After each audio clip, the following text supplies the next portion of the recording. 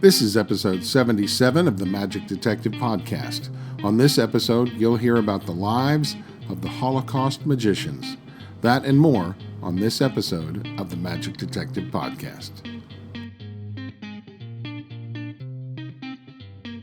Hello and welcome to the Magic Detective Podcast, your podcast home for magic history. I'm your host, Dean Carnegie. I am the Magic Detective, and this is episode 77. Well, there's nothing like leaving my listeners scratching their heads over something I said. Last month, I made mention of being surrounded by books, notes, DVDs, and more, and some were magic-oriented, some were SEO, some were about YouTube, and even had a book on motivation in there, I think. Well, apparently, I edited out the part that said all of these things that are scattered throughout the house are all research information for a new show I'm developing. So that kind of helps it make a little more sense, but I left that part out. There was also another bad edit that I had when I mentioned Mike Caveney's recent article in Genie about the sawing in half. The latter part of the article title got edited out. The full title is Sawing a Lady in Half, Shattered Friendships, and All-Out War. And it was a great article, by the way, and part of the book that he wrote on Sawing a Lady in Half, the history thereof. I think I also had a sound volume issue last month, which I'm probably going to have again today because I'm recording from a hotel room and not home. So I've got this air conditioner that just wants to continue blasting whenever it wants to, and I can't seem to control it. So I apologize if that becomes an issue. Today's podcast began as a blog article back in 2011. If you're not familiar with my blog, it's themagicdetective.com, and I've got some 800 articles on magic history over there. But back in 2011, I began working on the article called The Holocaust Magicians, and I still remember the research for this project. I was familiar with the Holocaust through documentaries and movies and some books and articles on the subject, but I was less familiar with Herbert Levine, or Novelli as he would be known. The April issue of Magic Magazine had a paragraph or two about him, and I must have been familiar with William Rauscher's article, as I even mention it in the notes at the end of the blog article. But to write about Holocaust Magicians, I first decided to spend some time researching the Holocaust itself and the events leading up to it, how deceptive the Nazis were about the concentration camps, and yet how, in some cases, how blatantly honest they were. Jewish people were the main target, but the camps would also find Romany people or gypsies, had the handicapped, and basically anybody that was an enemy to the Jewish people or who they thought were less than human found their way into the camps. All that research put me into the thick of things, and I gotta admit, it was painful research. I didn't want to think about such horrific things, that they happened to people. It really within my lifetime. It happened before I was born, but not all that long before I was born. So, my dad was alive when that happened. So it's really difficult. So many travesties, so many. You know what I'm saying. It's just a very, very difficult time. The treatment of these innocent human beings was beyond brutal, beyond cruel, and yet in the midst of these very dark days was this man named Novelli, or Herbert Levine. He was the only one I knew about when I began the research, but before I finished the article, I had discovered a couple others, and then today I actually have another person to add to the list as well. So let me tell you their stories, and please stay afterwards so I can share some additional details with you about one of these individuals.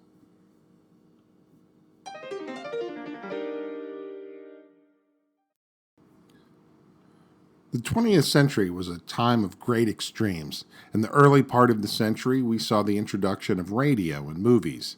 Advances in the automobile and the airplane changed the way we traveled. By the end of the 20th century, we had ventured into space and even landed men on the moon and returned them safely to Earth. However, the century was not without its darker moments. The globe suffered through 2 world wars as well as numerous other conflicts. Diseases would continue to wipe out millions of people despite our best efforts.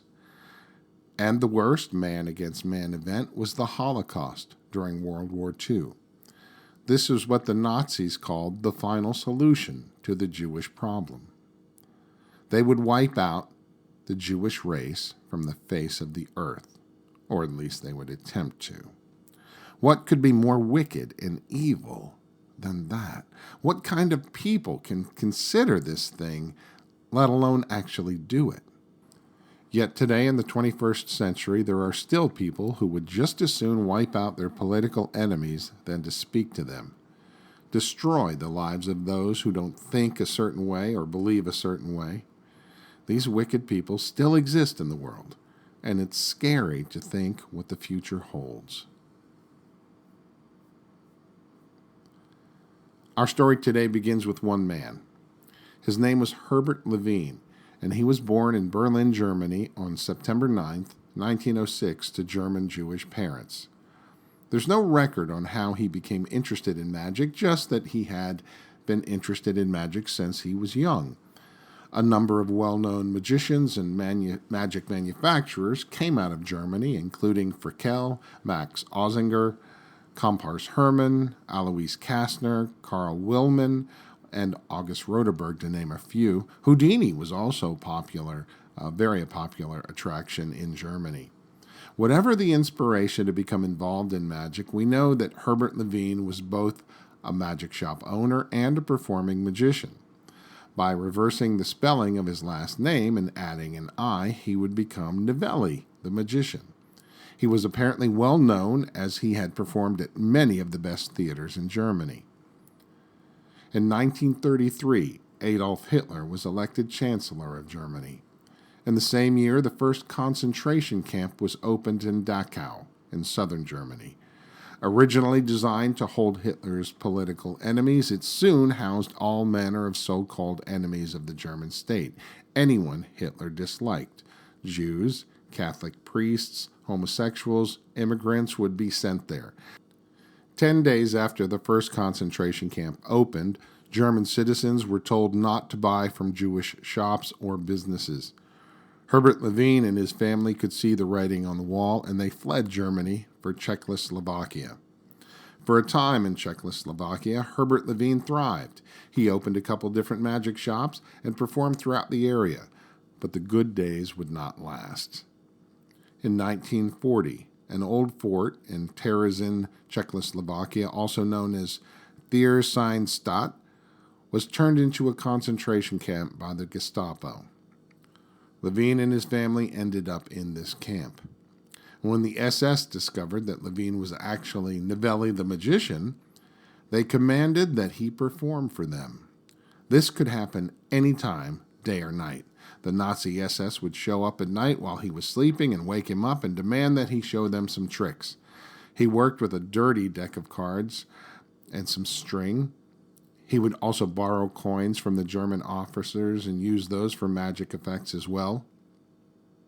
This attention garnered Levine slightly special treatment by the SS officers. He would be allowed to sleep a little longer than others, and his workload would not be as hard. He would also get special food on occasion.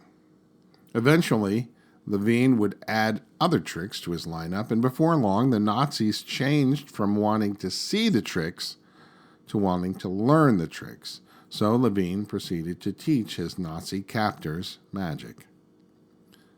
Reinhard Heydrich, who became known as the Hangman, was a high-ranking Nazi officer in Germany. Heydrich would move up the ranks and eventually be in charge of various parts of the German police force, including the Gestapo. In 1940, he was named president of Interpol. In 1941, Heydrich was appointed Reich Protector in a part of Czechoslovakia that had become part of the German Reich. His job was to bring the Czechs in order and make them German citizens, and his methods were nothing short of cruel and dastardly. In June of 1942, Reinhard Heydrich was assassinated by two men trained by British Army Special Operations. Hitler was furious and ordered the arrest and execution of thousands of Czechs, both Jew and non-Jews alike.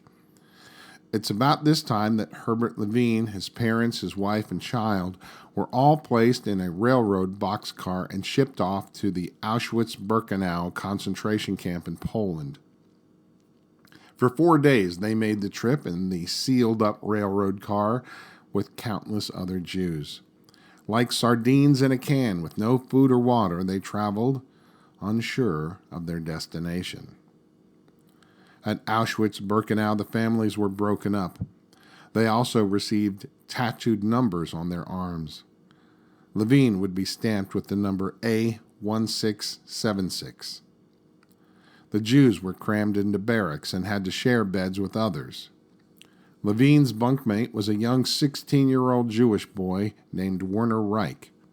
His number was A1828, and he arrived via the same train ride as Levine from the Theresienstadt concentration camp. The two never knew each other's names but referred to one another by their numbers. Levine introduced Werner Reich to magic. Word got out again that Levine was Novelli, the magician, and once again the Nazis demanded he perform for them. This is likely the only thing that saved his life. Auschwitz-Birkenau was one of the death camps where the gas chambers were located. Though Novelli's magic saved his own life, the Nazis were not so kind to his family. All the members of his family that had traveled with him were gassed and killed at Auschwitz. Possibly in an effort to save his life from the gas chambers, the Nazis shipped Herbert Levine off to Sachsenhausen-Oranienburg concentration camp.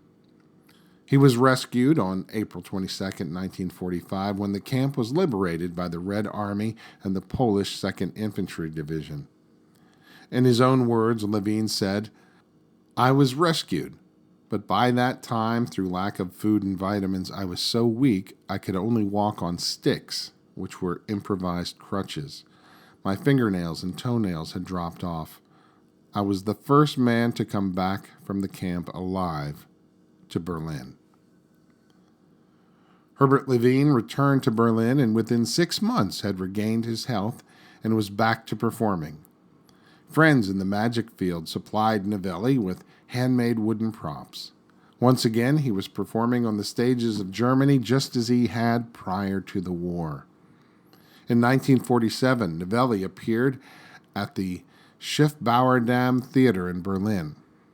This theater opened in 1892. The theater had changed its name a couple times, in 1931, for example, and was closed in 1944. However, once the war was over, it reopened, and it is still open to this day. It's considered one of the most glamorous theaters in all of Germany. The show Novelli presented was called Laughter and Crying. He wore a colorful, bright harlequin sequin costume and presented an act that was described as a fairy tale. Following his performance, Herbert Novelli took advantage of the Displaced Persons Act of 1948, which authorized for a limited period of time the admission into the United States of certain European displaced persons for permanent residence. He came to America and moved in with his sister Hetty in New York City. In 1948, he married a woman named Lottie, who was also from Germany. Together, they would successfully perform across the United States as the Novellis. For a period of time, they performed on cruise ships. They had a simple act which consisted of manipulation magic, the canary lemon egg grapefruit, shooting through a woman, and finally the substitution trunk. Their act was sophisticated and had just the perfect amount of comedy. The final performance of the Novellis was on May 1st, 1977, before 1,500 people in Lancaster, Pennsylvania. Herbert Levine passed away 2 days later. In 1947, before leaving for America, a German newspaper described Levine this way: one who has laughter in his heart because fate has been good to him, while also in his heart and mind he cries because of all the memories imprisoned in his mind from behind the electric wire barricades.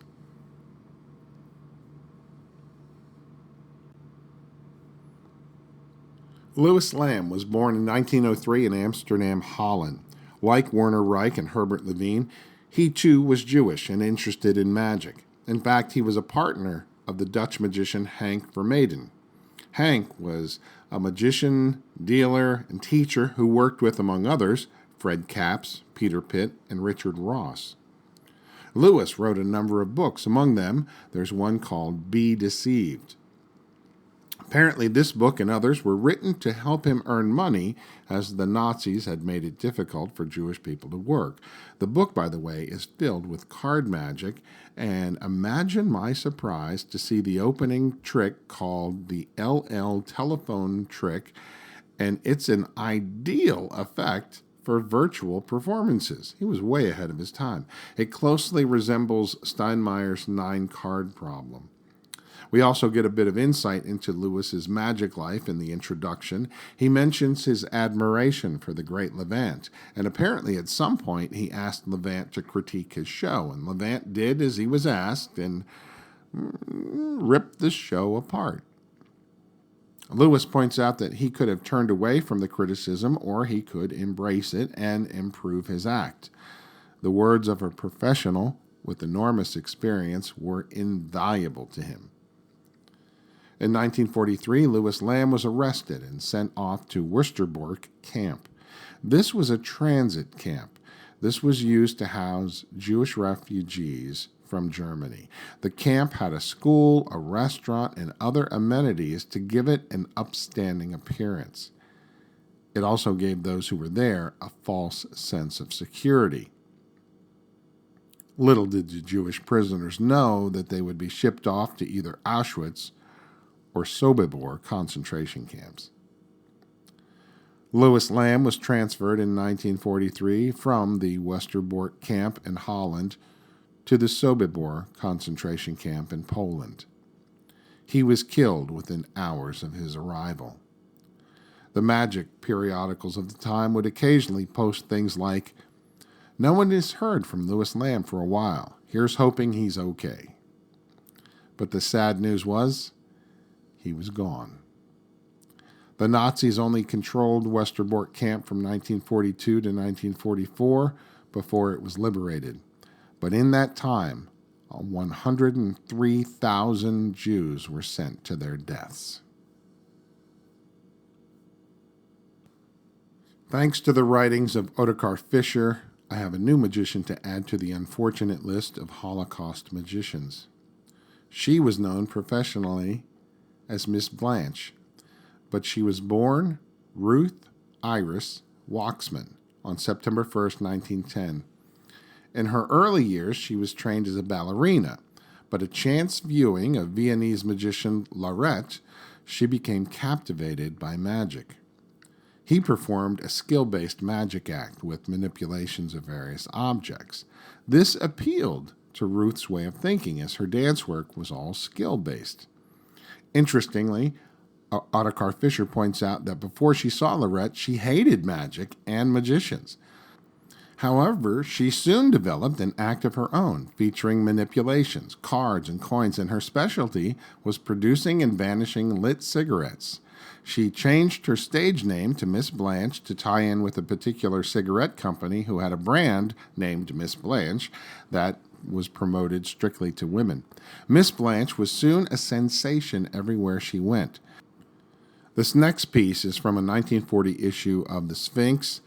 Ottokar Fischer reporting, he says, "When touring Yugoslavia, the adjutant of the Yugoslavian king witnessed her performance. He was so enraptured with Miss Blanche's performance, he invited her to appear on occasion of the king's birthday, September 6, 1938. Before the king in the royal residence of Bled, to embellish the birthday's festival with her charming magical tricks. The king himself was more than satisfied with Miss Blanche's presentation and appointed her artist magician of the Yugoslavian court. But as with everyone else I mentioned, work became increasingly difficult for those of Jewish descent. Even though Miss Blanche lived in Holland, she still suffered. In the spring of 1943, Miss Blanche was arrested and sent to Auschwitz. Much like Herbert Levine, the Nazis learned who she was and would demand she perform for them all hours of the day or night. After 2 years of this, she was near death. She weighed but 65 pounds when the Soviet army liberated the camp in January of 1945. After the war, Ruth Iris Waxman, a.k.a. Miss Blanche, remarried and moved to the United States. At this point, she left magic behind. She lived a long life, passing away in 1989. Back to Werner Reich. Werner was born in Berlin, October 1st, 1927. In 1933, his family moved from Yugoslavia to get away from, in his words, Jew-hating Germany. Things were good for a few years until Germany invaded Yugoslavia and the family was again persecuted for being Jewish. Werner went into hiding for a time, but at the age of 15 was captured by the Gestapo. He was beaten, tortured, and sent off to his first concentration camp. Here he did hard labor and odd jobs for nearly a year when he and the rest of the camp were packed into train cars. Werner says it was a 3-day train ride with no water, no food. Their destination was Auschwitz. Again, in his own words, they arrived smelling of urine and feces. He was given a number tattooed on his arm, A, 1828. Werner Reich shared a bunk with Herbert Levine at Auschwitz. This is where they met. They only knew each other by their numbers. They didn't know each other's names. One day, Werner went into the barracks to find Levine sitting on the bunk bed, playing with the rattiest deck of cards you'd ever seen. You have to realize that a ratty deck of cards was like holding onto a gold bar because no one in the camp was allowed to have any sort of personal possession. Yet here was Levine with a deck of cards. Of course, you know why, as stated earlier. At this moment, Levine asked Werner if he'd like to see a card trick. Werner Reich wasn't familiar with cards and had never seen a card trick, but he was going to see his first in this dingy lit barracks of a death camp. The result of the demonstration was total amazement. Not the type of emotion you would experience in such a place. But then, if that little miracle wasn't enough, Levine then showed the young boy how the trick was done. I think Herbert Levine understood the quandary that existed. On one hand, in the midst of fellow Jews being tortured and debased and burnt, a card trick had absolutely no meaning. Yet, in the midst of all this horror, a little thing like a card trick could have profound meaning beyond its simple visual puzzle. As it was, this trick, or the feeling derived from it, made its way into Werner Reich's heart. He would tell people, I practiced that trick every day for years, even though he didn't even have a deck of cards. He practiced it mentally for years. Werner Reich was one of 5,000 boys who fell under the supervision of Dr. Joseph Mengele. Dr. Mengele would earn the title Angel of Death because of the horrific experiments he carried out on the Jewish prisoners.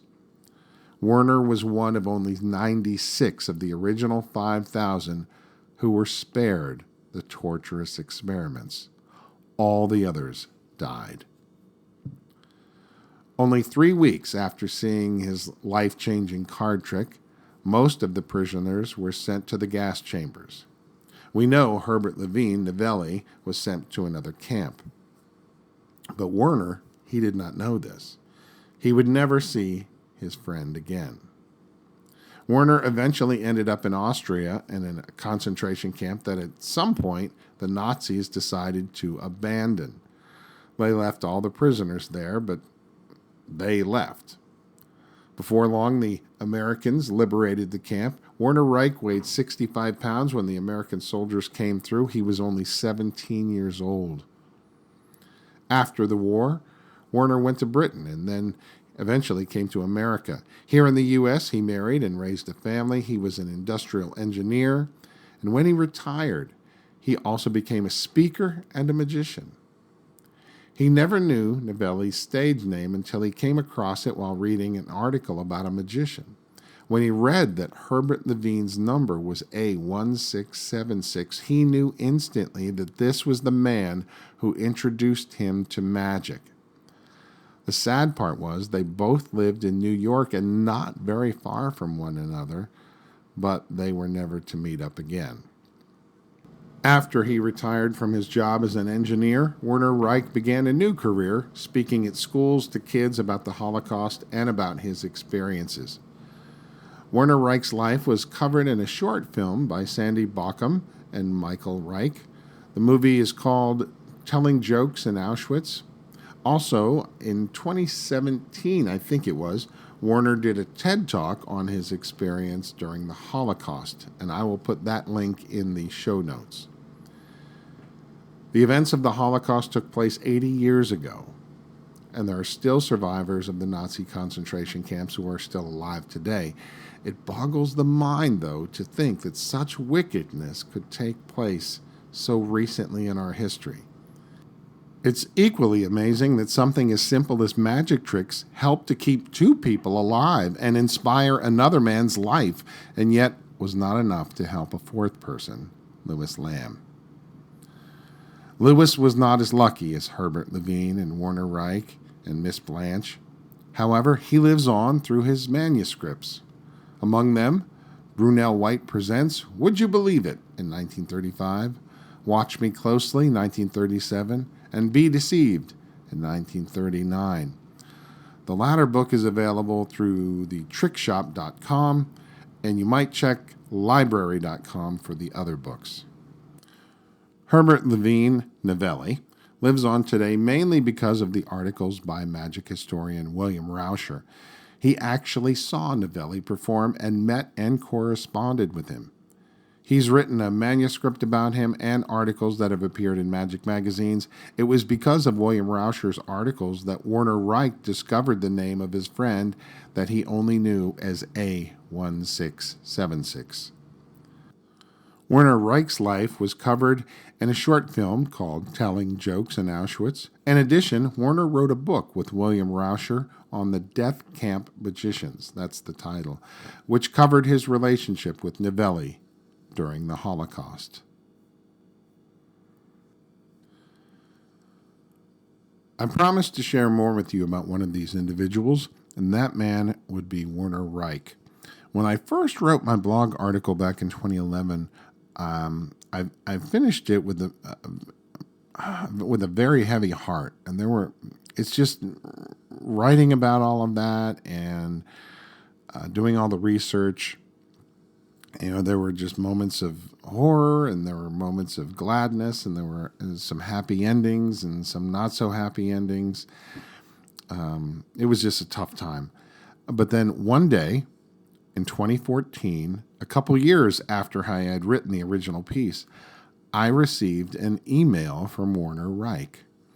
And I remember seeing it in my email box, and I still recall when I saw it, my hands started shaking, and I thought to myself, I don't think there's a celebrity alive that I would be more honored to speak to. Receiving an email from Werner Reich was just simply one of the highlights of my life, and I honestly felt unworthy. I opened the email, and this amazing man said he had found my blog article and asked if he could share it with his local magic club. And imagine my thoughts, the thoughts going through my head. This is your story. You don't need my permission, but he was so kind to ask. And of course I said, yes. And we shared several emails after that. And we both looked forward to one day meeting at a magic convention or something. And I thought, wow, this was just the most amazing experience. In life, sometimes you see celebrities and famous people, and sometimes they're not also wonderful when you meet them. You discover that, they're just human beings, and sadly, sometimes they're not the nicest of human beings. But here was Werner Reich, a man of enormous character, someone that deserved to be looked up to, someone to be inspired by. And he continued to speak on the Holocaust and how magic helped him through those dark days. He gave a TED Talk on the subject. He spoke at schools and museums and wherever people would listen. And yet Werner didn't disparage his captors. But he also didn't hold back on the horrid things that took place. He finished his TED Talk with this line. So if you ever know somebody who needs help, if you know someone who's scared, be kind to them. Give them advice. Give them a hug. Teach them a card trick. Whatever you're going to do, it's going to be hope for them.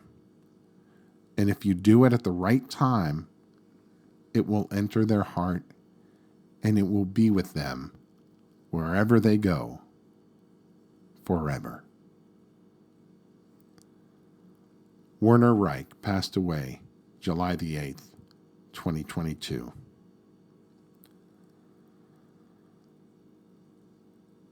My previous research was mostly via AskAlexander.com and various magic periodicals of the time. I ran across Miss Blanche while reading some stuff on Artikar Fisher, and then I stumbled upon a most incredible blog called Magic and Art by James Green, a UK-based magician and researcher. He had more information on Miss Blanche than I had, as well as other performers of the time that played a part during World War II. So if you're interested in that kind of history, I'd encourage you to check out magicatwar.blogspot.com because it's really an incredible blog.